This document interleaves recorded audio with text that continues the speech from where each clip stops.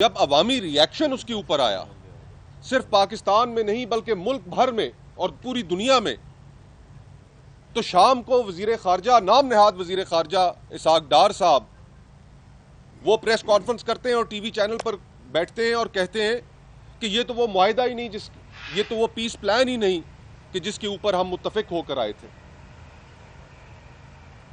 یعنی کہ اس طریقے سے حکومتی معاملات چلائے جا رہے ہیں کہ جہاں پر آپ کے علم میں یہ بات ہے ہی نہیں کہ کون سا پیس پلان وہ پرپوز کرنے جا رہے ہیں، اور آپ اس کے استقبالیہ دستے میں شامل ہو جاتے ہیں اور پھر بعد میں اپنے آپ کو اس سے دور کر لیتے ہیں۔ یہ ملکی معاملات کس طرح چلائے جا رہے ہیں؟ اور وہ پیس پلان، یقین مانیے کہ it is nothing short of surrender. اس پیس پلان کے اندر ہم یہ سوال پوچھنا چاہتے ہیں کہ آپ نے کیا کسی سیاسی جماعت کو اس ملک میں اعتماد میں لیا؟ آپ نے کوئی نیشنل کنسلٹیشن کی؟ کیا آپ نے پارلیمان کے اندر اس کے اوپر کوئی گفتگو کی؟ کوئی عوامی اعتماد حاصل کرنے کی ذرہ برابر بھی آپ نے کوشش کی؟ نہیں۔ استعماری قوتوں کے ساتھ بند کمروں میں بیٹھ کر آپ نے فیصلے کر لیے اور اب آپ وہ فیصلے پاکستانی عوام کے اوپر تھوپنے جا رہے ہیں۔ بھلا بتائیے کہ ہم یہ بات کیسے مان سکتے ہیں کہ جو کمیٹی بنائی جائے گی اس پلان کے تحت، جو غزہ کے معاملات کو چلائے گی، اور غزہ کے معاملات کو چلانے والے جن صاحب کا انتخاب کیا گیا ہے، ٹونی بلیئر صاحب، ان کا ریکارڈ کون نہیں جانتا؟ عراق وار کے حوالے سے، مسلمانوں کی نسل کشی کے حوالے سے وہ متنازع ترین شخص ہیں۔ کیا ہماری فوج وہاں پر بھیجی جائے گی؟ اور اگر بھیجی جائے گی، جس کے بہت سارے اشارے مل رہے ہیں،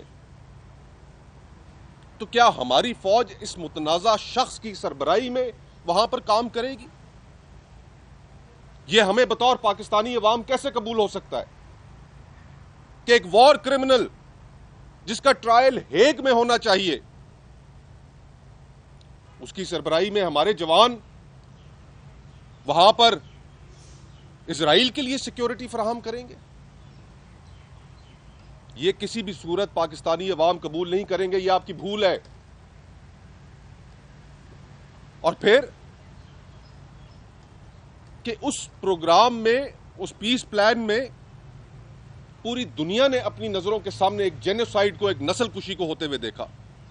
ہم میں سے کوئی شخص محفوظ نہیں رہا ان امیجز سے، ان واقعات سے جو وہاں پر روزمرہ کی بنیاد پر وقوع پذیر ہوتے رہے۔ مجھے آپ لوگوں کا تو نہیں پتا، لیکن یقین مانیے کہ میں اپنی حد تک تو تقریباً ایک نفسیاتی مریض اس حوالے سے بن چکا ہوں کہ میں اپنے بچوں کو اس طریقے سے پیار نہیں کر سکتا۔ ان سے جب بھی شفقت سے پیش آنے کی کوشش ہوتی ہے تو ذہن میں غزہ کے بچوں کے امیجز فوراً آ جاتے ہیں۔ اور اس جینوسائیڈ کو کرنے والے نتن یاہو، اس کے احتساب کی کوئی بات نہیں، اس کے محاسبے کی کوئی بات نہیں۔ اقوام متحدہ نے جب آن ریکارڈ کہہ دیا کہ وہاں پر نسل کشی ہو رہی ہے، جینوسائیڈ ہو رہا ہے، تو آپ اس کو اس معاہدے کے ذریعے کلین چٹ دینے والے کون ہوتے ہیں؟ باقی دنیا نے جو مرضی ہے کرنا ہے کرے، لیکن پاکستان اس میں شامل نہیں ہونا چاہیے، اور پاکستانی عوام کسی بھی صورت یہ قبول نہیں کریں گے۔ تو ہم ان تمام معاملات کے اوپر، خصوصاً جس طریقے سے فلسطین کے معاملات ڈیل کیے جا رہے ہیں، یہ جو نام نہاد اسمبلی ہے، اس کی کوئی تو توقیر کرے، اس میں ہی کم از کم آ کر اپوزیشن جماعتوں کو اعتماد میں لینے کی کوشش کریں، بتائیں کہ آپ کیا طے کر کر آئے ہیں اور کیا آپ کی گفت و شنید چل رہی ہے۔ عوام کو اعتماد میں لیے بغیر، نیشنل کنسلٹیشن کیے بغیر، یہ پیس پلان یا پاکستانی حکومت کا اس ضمن میں اٹھایا ہوا کوئی بھی قدم پاکستان کی اپوزیشن کے لیے اور پاکستان کی عوام کے لیے قابل قبول نہیں ہوگا۔ اور جہاں تک تعلق ہے کشمیر کی صورتحال کا،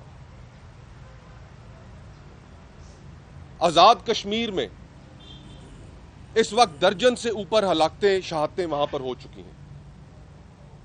ہمارا دل رنجیدہ ہے جو سیکیورٹی فورسز کے اہلکار شہید ہوئے, پولیس کے اہلکار شہید ہوئے, اور ایک بڑی تعداد میں پرامن مظاہرین کو بھی جو وہاں پر شہید کیا گیا, ہم اس کے اوپر بھی رنجیدہ ہیں. اور احتجاج کرنے والے مانگ کیا رہے ہیں؟ وہ یہ مانگ رہے ہیں کہ وہاں کی اشرافیہ اپنی مراعات ختم کرے,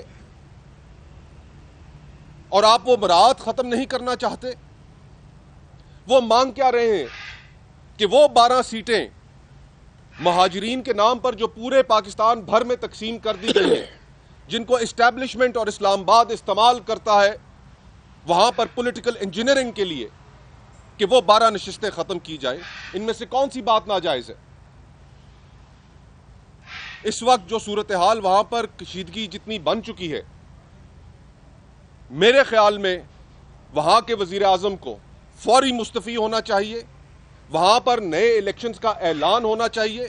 فری اینڈ فیئر الیکشنز کے نتیجے میں وہاں کی جو بھی اسمبلی منتخب ہوتی ہے وہ ان ترامیم کو, آئینی ترامیم جو وہاں پر کرنی ضروری ہیں, وہ پبلک کے مینڈیٹ کے ساتھ وہاں پر کی جائے.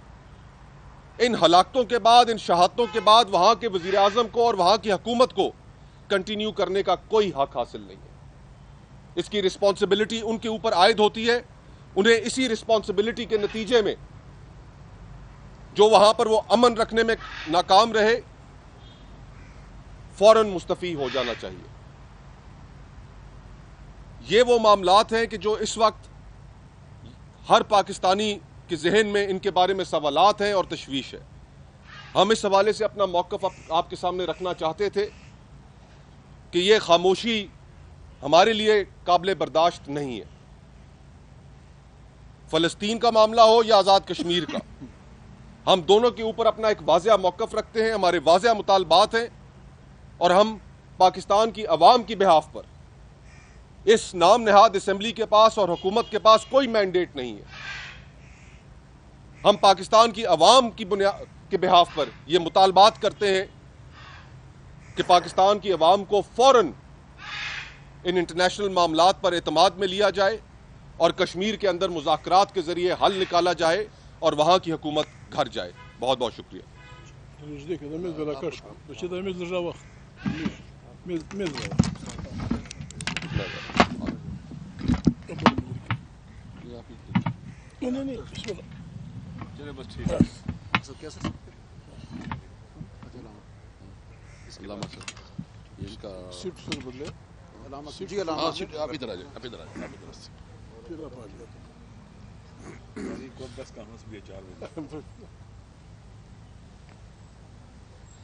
بسم اللہ الرحمن الرحیم. میرے خیال میں بنیادی باتیں ساری تو ہو چکی ہیں. دیکھیں, ہر وہ سسٹم نظام جس کی بنیاد ظلم پر ہو وہ کبھی باقی نہیں رہ سکتا. صلح کی بنیاد اگر ظلم پر ہو, دو فریقوں میں مصالحہ بھی ظلم کی بنیاد پر ہو, عدل و انصاف کی بنیاد پر نہ ہو, وہ بھی ظلم ہوتا ہے. آپ دیکھ لیں, فلسطین پر قبضہ کیا ہے سیونسٹوں نے, اور یہ first world war second world war سے سلسلے شروع ہوتے ہیں, پھر جنگیں قتل عام, اور ان کو وہاں سے نکالا گیا, جلا وطن کیا گیا.